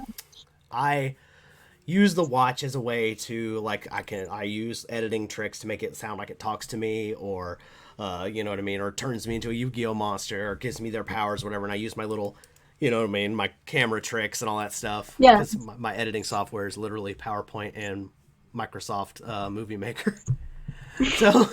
So I have the jankiest editing software, but you'd be surprised what you can do with just 2 programs. Anyway. The point being is that that is the humor I bring to the table is that. The other part of it is with the matter of principles is because superheroes, I think, are the best versions of us as people. Like if you've ever read a comic book or seen a superhero movie, they take an aspect of people and they remind us of what we can be as people. Maybe you can't relate to Superman being like superhuman strong, but you can relate to him saying to something that you see as a moral wrong and say, I'm not going to do that. I'm going to be heroic in the manner that I'm not going to do this, or I'm not going to do that. So the idea here is being a superhero, trying to be a Yu-Gi-Oh superhero, as I call it, is I try to be principled in like I give you my honest opinions if I give you something. I also try to bring a level of fun. I'm here to Exactly. break up the monotony of Yu-Gi-Oh. The meta decks have enough. They have their House of Champs. They have Simo. They have Nim Nim. Yeah. They have Team Sam. They have the competitive guys have that stuff. You know what I mean? Yeah, exactly. There's just, you know what I mean. And I describe myself to be more of the comical version of the guy who, you know what I mean. I'm here to make people smile, make them feel good, and if I can, I try to bring a little hope. Mm-hmm. And I have so much respect for that because, like, for me as my channel, it's more of just not only, am I a girl, so I can, kind of connect to the female base on the standpoint, but it's more about me being a human who just views the game in the mindset of the person who did watch the bigger mentors and stuff, and honesty is a huge thing on my channel where I'll give my blunt opinion if I have a blunt opinion about something, and I won't hold it back. But I also try to encourage people to be nicer about the way that they go about things, like constructive criticism instead of saying that deck profile really sucks, which isn't going to help them improve as a player, or to remember that some people accidentally make mistakes and go, hey, by the way, I just wanted to remind you that at this timestamp you did this, and actually it's supposed to be this way, just in case you didn't know, but otherwise great video. Don't Also, another thing people need to remember is, like, sometimes we can't afford to play the best deck. Like, for example, I am playing a Dark Magician deck right now. All right, I have one right here. Okay, it's unsleeved because I've been messing with it for one of my videos. All right. Yeah.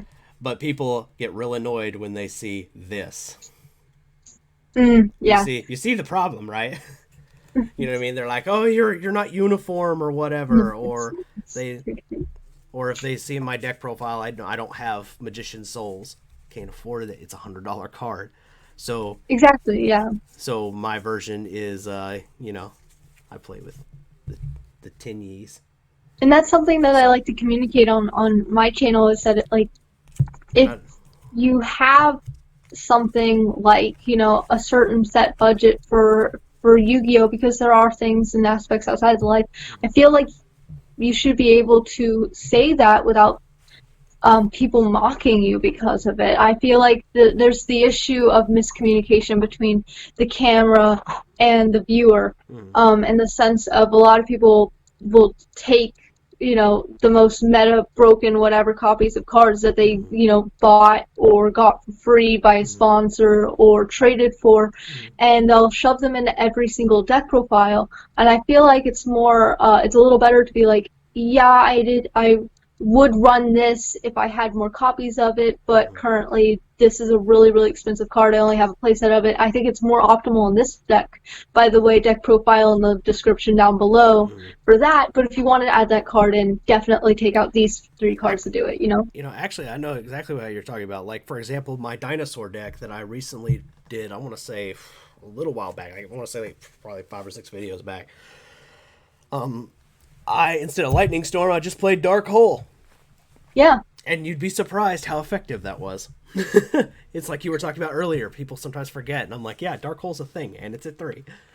I'm not going to lie. I play Regeki in basically every single deck that I have. Because it's a really good card. And it doesn't have any effects on you, Or in my case, and my dinosaur deck, maybe I want it to have a case on me. And not a lot of people can stop Regeki, so it's like, why not? Yeah, and also like cards like Regeki and Dark Hole aren't once per turn. So for example, if you have this giant board of negates, but you don't have the proper board of negates, like so for example, like say I'm up against a pendulum player, they might have the Boral and the Odd Eyes and the the Synchro Boral Dragon, I can't remember its whole name, in Odd Eyes or whatever, right? But those are the only ones they have that can stop spells. The rest of them is all monster hate. So then I'll be like, okay. Sadly, with the ban list, the whole Regeki not being once per turn thing, it is cut down on the fact that you can only play one of it, but right. Right. But there are like I said, there are Dark Hole and is Regeki or Lightning Storm kind of, these Dark 3 Hole cards was played for actually quite a while too in the meta for a little bit. I mean, and it was a card at one point in time in our history. Yeah. It's just, and yes, it's been power crept a little bit, but it's still a powerful, valid option. And I mean, like, and the cool thing about it is if you play Dark Hole, right, and a lot of people forget this because you're going to play with your side, right? You're like, well, what if you come against a back row deck? Then you take out your Dark Holes and throw in your back row hate. Yeah, exactly. It's like, oh, look, here's this card that is good against primarily monsters, but it's a prime target to make easy swaps. So you're not like, what do I take out? That's the biggest challenge in my mind when it comes to side decking, is like trying to figure out what can I take out of the deck and replace with this card without hurting my overall strategy. Mm-hmm. Anyway, and that's the kind of thought process that I like to go through with my channel, because if anyone ever actually was to go to my about section, it says I don't know what this channel is supposed to be, but it's going to be all Yu-Gi-Oh related, and hopefully it's going to be fun. Mm-hmm. Because I want people to view me as a Yu-Gi-Oh player. I don't want them to view me as a Yu-Gi tuber and just a Yu-Gi tuber and that's it. Mm-hmm. I want them to understand that I'm a really casual player, that I don't play at every single locals. I want them to understand that I'm not always going to have the best deck choices. I want them to understand that my opinion isn't always going to be perfect, you know? Mm-hmm. And I want them to understand that in the end, the whole goal of my channel is to just have fun, being myself, expressing myself, my own opinions, being honest with the audience so that they have someone that they know isn't going to just be clickbait. Right. And they can watch them and share their honest opinions without hurtful criticism or deleted comments, you know? Mm-hmm. Actually, like, I actually am trying to work with, like, tons of Yu-Gi tubers out there. Like, there's, like, a trans Yu-Gi tuber out there I really want to work with, and she is, but the only thing that I worry about is, like, how some members of my audience might take that. I'm not worried if they unsubscribe from me. Like, if they're a bigot and they unsubscribe from me, I'm like, well, good riddance. But, you know what I mean? But sometimes I worry about how, like, if they leave a hate comment at her, I'm like, I'm going to have to be mean. And I don't want to be mean. Yeah. But I have to draw the line somewhere, you know what I mean? And that's where I draw the line when it comes to comments. Like, you can say what you want about me as far as the game is concerned, but if you attack people based on the attributes that they cannot control, like, for example, a trans person kind of can't pick that they're trans, you know what I mean? Like, yeah, exactly. Their inside doesn't match their outside, and that's not their fault. You know what I mean? So on the inside, they are, you know, like in the case of the person I'm trying to work with, who's a trans woman, she is a woman on the inside. It's not her fault that her body was born male.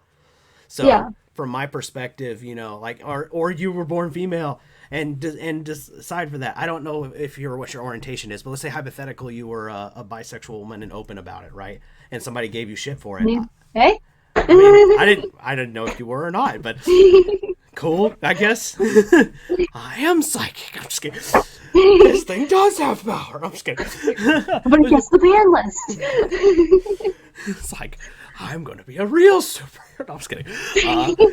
But you get what I'm saying. If somebody gave you shit for that, I would personally, I'd give them a chance to delete their own comment. But I would say that's a bigoted thing to say. You're not going to be a dick on my channel. Now, you can delete your own comment, or I can do it for you.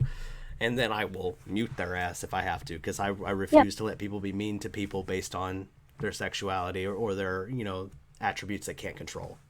Yeah, I actually got my very first kind of just absolutely negative comment after Farfa reviewed one of my videos on his channel, because someone sent it to him as kind of a meme thing. And, you know, I actually really like Farfa. He's goofy and he's funny, but he has his moments of being just honest, you know? He also has his moments where he's kind of like a little too blunt. Everyone has their moments of, where they're like... but, you know, there's I watched through it, and there was moments where he gave me actual things that like I could work on to be, be better, like solid criticism. Then there was others where I know he paused it in a certain moment so that he could, you know, mock the scene a little and, you know, kind of manipulate it to seem like I was a certain way. And, you know, that's fine, because my original content's on my channel for people to view. Because people can watch it and they can figure out that you're not that way. Exactly. Somebody left a comment recently, because on my channel I really like to spread, you know, the whole positivities. Like, if you have criticism to give me, please give it to me. I would like to improve, you know, but give it to me in a way that is polite and you know, that you're informative on it. But somebody went on there and went, yeah, but you kind of ugly though. And are they blind or? Like, what was interesting about that is, you know, obviously everyone has their own opinions, and I completely respect that. And I respect if they didn't think that I'm very attractive, because, you know, I have my own, like, self-esteem issues and everything, and like I said, it's an opinionated thing. But instead of deleting their comment, what I did was I replied, I already knew that, but thanks for the reminder. And they didn't say anything else to me. So kind of made a joke at yourself to disarm their comment, basically. yeah, and in the end, it's you're always the risk of going online and giving your own honest opinion, or just going online in general, is that you are putting yourself out there for the risk of people who are behind the keyboard to say whatever they want to you, and you have to remember that you have the power to either delete it, reflect it, or ignore it.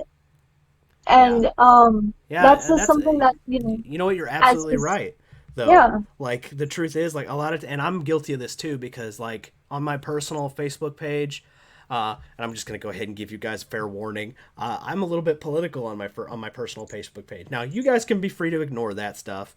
Which is, I mean, it's your page, right? Right. Oh, I just was saying, if it comes in your timeline, feel free to ignore it. I'm not, you know what I mean? You don't have to agree with me on everything. And that goes for you and Sai. I'm just saying that, like, I've just, and I'm like that on Twitter too. So, and I often am guilty that I forget that it's on my page. I have the power to say, oh, you want to be a jerk? Fine. Then I just mute you, and I don't have to hear you anymore. Like, you know what I mean? Instead I argue. And that's something that, honestly, it took me years to get over, because like I said, actually, whenever it comes to the Yu-Gi-Oh community, I haven't had much trouble at all. I've had, some weird moments for sure, but I haven't had people directly attacking me all that much.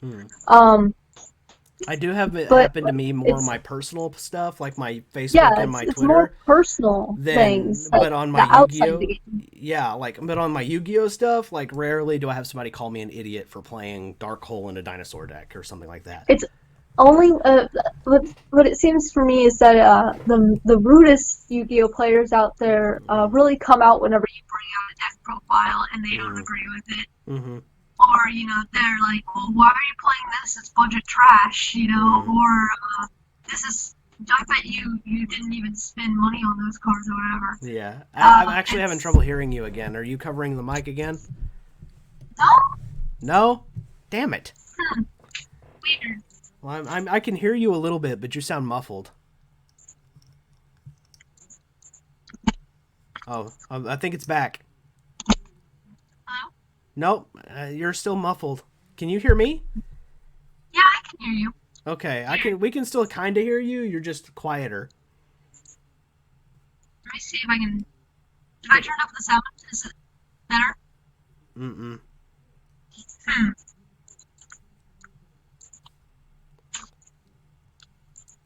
Weird. Yeah, it is weird. I mean, we can still hear you. You just sound a little quieter. I just sound like a whispering mouse now. There you go. Now we can hear you a little better. That's weird. Maybe you just have to be a little closer. I mean, somebody's day is being made by that, but speaking of that, I have a question. So what are your opinions on, like, have you ever had anyone, like, try to say something like, because you're a girl, and I imagine us Yu-Gi-Oh players are pretty creepy, have you ever had anyone be like, show feet, or any, like, goofy comments like that?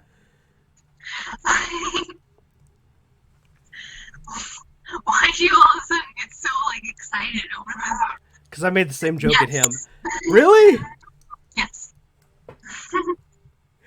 I don't know why I'm shocked by that. I really shouldn't be, because at this point in my life, everyone's freaking just...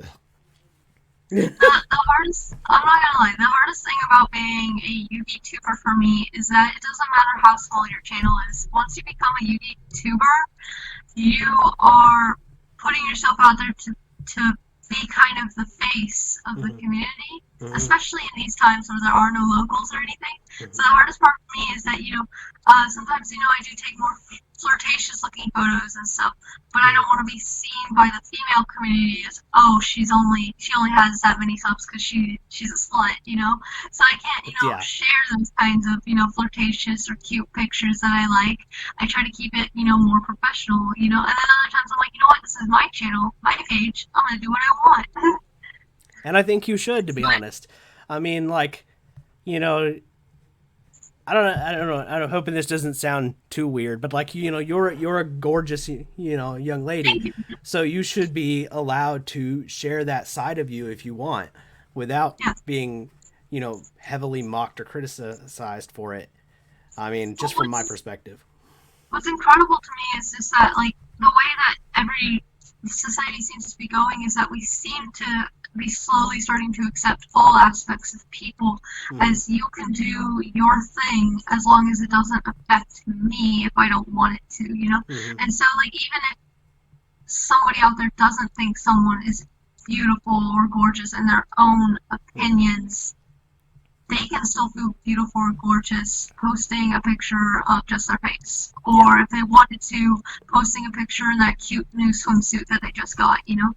And that's incredible to me. Yeah. And I feel like the hard part about being an active female YouTuber for me isn't the fear that men or even women are gonna start flirting with me because we have similar interests, and it's like a kink thing for some people to have like a female that's in Yu-Gi-Oh. But it's more of the fear Never been my of experience. Oh, by the way, just to give you fair warning, your audio I can hear you better now, but you sound like a robot. oh really? Yeah, you kind of have like a bit of a Ultron-ish kind of sound to Is it. it cool? I mean, I guess. I mean, I it want just, to be a cyborg. That'd be awesome. I'm sure that would make Sai's day. He seems to like robots. Just saying. I mean, a little. But the issue for me is more of like, I want to be able to be myself, but then there's also the issue of I want to be a role model for other people who play Yu-Gi-Oh! And I don't want people to look down on me for being myself, and being like, oh, well, she's that kind of YouTuber or whatever. She only has people because she wears makeup or whatever. Yeah, I would like to or just like, be like, no, this is just me. People have their own reasons for following. Yeah. I mean, I think us guys are kind of lucky in that aspect. Like, we don't have to put up with that so much. Like, oh, I think you're back. Oh, yay! Yes, awesome, great. Yes! Awesome. After okay. my story, I come back, obviously. But, I mean, people could hear you. You just kind of sounded like a robot and were a little quieter, but that's okay. What I was going to say is, like, I feel like us guy YouTubers are kind of lucky in that aspect. Like, so for example, if I start working out, right, and let's just say I get that superhero body I've always wanted, you know what I mean? Because let's face it, I'm obsessed with superheroes. You know what I mean? They're like, everybody has their thing. He likes your guy likes robots. You like magic. I like and science. I like superheroes because of the moral symbolism there. Everybody has their thing. But if I go out and I make myself this heroic looking body, and then I take a picture with my shirt off, and I'm like, look at my muscles and all that stuff. You know what I mean? Like, and nobody is going to give me shit for it. But if you decide that, because you're a gorgeous woman, and you decide, hey, I'm going to wear my gothy bathing suit and my long ass socks and do like a Jessica Negri type of thing, you're going to get shit for it. And I think that's bullshit. I don't think that you should get shit for it. I think you should be allowed to express yourself in any way that you want, because you don't harm anyone by getting half naked on the internet. You know what I mean? Yeah. And that's for both sides. Like, nobody is going to get mad, is going to be hurt. Well, maybe me, because I'm kind of white. They might get blind, but they might be like, oh God, so white. The light, the pure. I gotta turn the light down on my phone to look at this picture. But you get what I'm saying. Like, if I went out and got those muscles and wanted to show it off, like, hey, look, I look good in a bathing suit now. Nobody's gonna give me shit for it. They're just gonna be like, wow, congratulations. I bet you worked hard for those muscles. And I actually had a conversation with And robot voice is back. Of course, right? Is it really? Yes, it's back. Only whenever I need to talk, right? Damn it. I'm trying to figure out if it's me or... No, you're at max volume too. Damn it. It's weird. Were you holding the phone a certain way? Nope. Really? Just okay. Holding it the same way. I'm gonna try. Maybe if I try doing that, does that fix it? Not really. Huh. You sound louder, but you don't sound like, what do you say? Like the robot. Weird. Yeah. Oh, there it goes. Now it's back again. Is it better? Yeah, you're a little bit better. Okay, cool. All right, go ahead. Continue your story. I'm sorry I interrupted. No, it's fine because don't need to sound like a robot. Well, I mean, you sound like a robot still, but it's just not as bad. Like, at least now your volume's a little higher. Okay. So, I was talking to Yugen about it once where he mentioned about the fact that he was going to put me in his thumbnail because, clicks, right? Female who plays Yu-Gi-Oh! And I don't have an issue with that, because,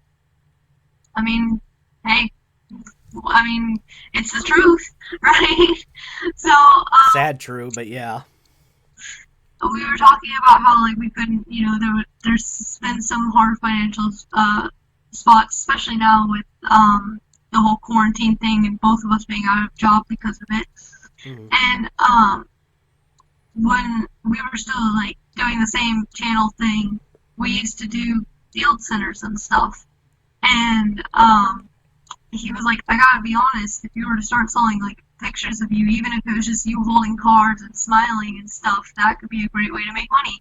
And we talked about the whole like moral thing behind it, because although nowadays it's not something to be ashamed of and you're less likely to get shamed for it, at the same time there's also the fact of not being a role model for female Yu-Gi-Oh players anymore at that point, because they'd be like, oh well, she's toxic because she's just manipulating the male base or the female base that's into women, Yeah. And I don't want to be manipulative, but at the same time it's like there's the truth there that. Are you kidding me? I would totally take advantage of the gay men community if I thought I was attractive enough. If I thought I could just sell pictures of myself holding Yu-Gi-Oh cards shirtless, you damn right. You know what? Try it. You'd be surprised. No, God, no. I look like Jack Black from the neck down, okay? I'm not kidding. People are into Jack Black. Nobody wants to see this, okay? No. I'm just saying that, like, in my mind, like, there's no difference between what we Yu-Gi-Tubers do and, say, like, what a cam girl does, in my opinion. The only difference between us is genre, in my mind. We're talking about cardboard and dragons, and they're taking off their clothes. Way too much time and money on. At the end of the day, we're all talking about toys. That's all I'm saying. Some of us even demonstrate with how to use those toys. We do it all the time. That's a horrible joke. That's what we're here for. The internet. It's a wonderful place where we get to watch other people play with their toys. Thank you. I'm here all night, ladies and gentlemen. Thank you. Oh man, I can't hear you. He whipped out his big toy, didn't he? I can't hear you now. You really can't hear me at all? No, I can't hear you hardly at all. Like you're like uber quiet now. Maybe it's just because the phone's dying. I don't know. It might be the Do we want to try to switch back to the laptop? I mean, that's up to you. It's kind of tucked away. To be fair, this video is about as long as his is. Well, let me hold on. Here's what I want to do, because I want to try to see if I can fix the audio real quick so we can wrap this up in a more closing manner. This is a weird. Yeah, so let me hang up and then call you back. So see if that'll fix it. Are you back? I mean, I hope so. Oh, good. There you go. Okay, cool. Sorry about that technical difficulty. That's probably Facebook's. It's all Facebook's fault. Yeah. Okay. So, like we were talking about, we're all on the internet talking about, and I'm sorry if this one's longer than size. I didn't mean to. It'll probably be about the same when I'm done editing, because I'll have to crop out all the issues. We're just having the most fascinating conversation. That's why it's so long. Truth be told, this is the closest I've got to hang out with friends is you, Sai, and like Master Swag King and Yugi No No. So legitimately, you guys have been keeping me sane. So, so I appreciate it. For me, it's just like I'm hanging out with the buddies.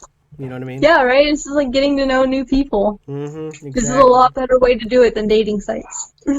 I feel like I also have gained some new friends now because of this whole series, which is really kind of like, you know, getting to know the person behind the camera. It's like, oh wow, we're not as different as I thought. Like I didn't know I had that much in common with Sai. Really didn't. And the really cool thing is like, you know, you and I'm pretty sure you've never checked out my channel. I've seen your channel, but I haven't like looked at it, you know. And all of a sudden, now we're gonna talk about it. And I'm gonna make sure I'm subscribed before the night's over.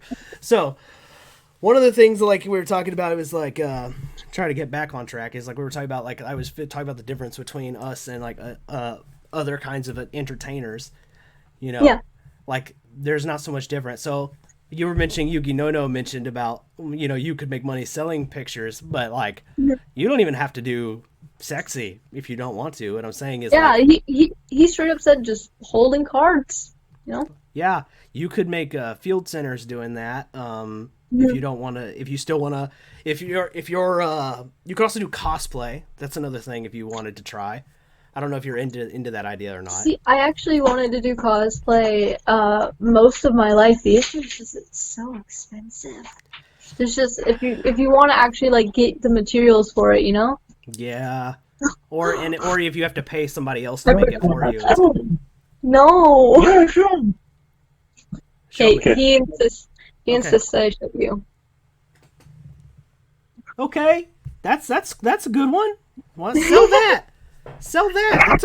That's a great field center. You should sell that. Make your bank, man. I'm just saying. You could also do couples ones. Y'all especially you know in these times. I thought about it. No, Yoshi's mine. That's so cool. And then we have mine. Mine's down here. Show me yours. That was mine. Let me see. Oh, I thought it was gonna be a picture of you. To be honest. I thought you maybe both had one where y'all were all like trying to be sexy or something. I should. You should. It'd be hilarious, and somebody will buy that. Me. But you get what I'm saying is like, you know what I mean? Like y'all could also do one as a couple if y'all wanted to. Like somebody, because like y'all are kind of like a Yugi 2 power couple, so. And let's be honest here. It's not even about like us. Mm-hmm. You know, it's more of any Yugi tuber could do this, and if somebody was a fan of them, it's supporting the channel, you know. Hey, I might have some questions about field centers when we're done, just because I might want to pick your brain if y'all are okay with that. Yeah. Cool. I think that I have answered all that. I think we got a pretty good idea of who you are behind the camera. I think I'll definitely have to edit your video, I'm afraid, because we've lost connection so many times. And yeah, I'm sorry about that. It's probably on my end, knowing my luck, or Facebook just being Facebook. Facebook doesn't like me. I don't think Facebook likes any of us. Let's just be honest now. They're like, "Oh, you're trying to talk to your friends? Not today." You in quarantine hadn't talked to human beings in 24 hours? You don't need this. Facebook's like, "What? Do you think this is a social media site? Please." We're here Get to your Yu-Gi-Oh stuff off this. Yeah, back to your YouTubes, you noobs. All right, guys. Well, this is Angel of Alchemy. She is graciously enjoyed. That was fun. I have enjoyed our conversation. I was going to say she graciously joined us. I swear I speak English. It's just my 53rd language behind bullshit and gibberish. Make sure you go subscribe to her channel. She's a sweet lady. Also, make sure you check out her partner, Invoked 101. He's a handsome dude. I'm just saying. He's got epic hair. That's enough. You're boosting his ego way too much. He's welcome. Anyway, I am Ben 10,000 Vlagio. I am your friendly neighborhood Yu-Gi-Oh superhero, and I will catch you in the next one. Peace. Bye.